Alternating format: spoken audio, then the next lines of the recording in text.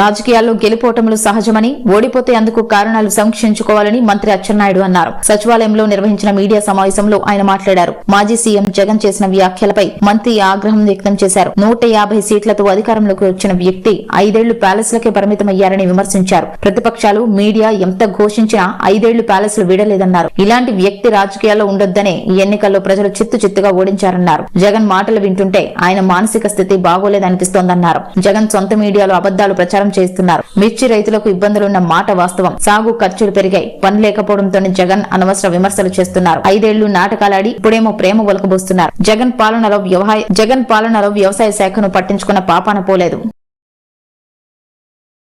మాట్లాడితే ఒక విషయం చెప్తాడు. మేము ఉండేటప్పుడు 20,000 రూపాయలు ఉండేది, చంద్రబాబు నాయుడు వచ్చాక 13,000కి తగ్గిపోయిందని చెప్పి మాట్లాడుతున్నాడు. ఇది నేను సొంత కవిత్వం కాదు, ఇది ఆన్ రికార్డ్. ఏ డిపార్ట్మెంట్ దైనా సరే రికార్డు ఉంటుంది. గత 10 సంవత్సరాలు మిర్చి ధరలను తీసుకున్నాను ఒకసారి. 2015-16 నుంచి 2024-25 వరకు ఏ సంవత్సరం ఎంత ధర మిర్చికి ఉందని అన్ని సంవత్సరాలు చూస్తే మాక్సిమం 11,000 నుంచి 13,600 వరకు ఉంది. 2 సంవత్సరాలు 2022-23, 23-24 ఒక సంవత్సరం 20,500, ఒక సంవత్సరం 20,000 ఉంది. ఇది నేను ఏదో 13,000 ఉంది, 14,000 ఉంది, రైతుకి ఇప్పుడు ఇచ్చేస్తున్నామని చెప్పి నేను ప్రభుత్వం తరపున చెప్పడానికి సిద్ధంగా లేను. ఈ రోజు మిర్చి రైతు ఇబ్బందుల్లో ఉన్నాడు. ఎందుకంటే ఆ రోజుకి ఈ రోజుకి పెట్టుబడులు పెరిగాయి, పెస్టిసైడ్స్ రేట్స్ అన్ని పెరిగాయి, కూలీల రేట్లు పెరిగాయి. ఇబ్బందులు ఉన్నటువంటి విషయం కూడా ఈ రోజు మేము గ్రహించాం. నీలాగా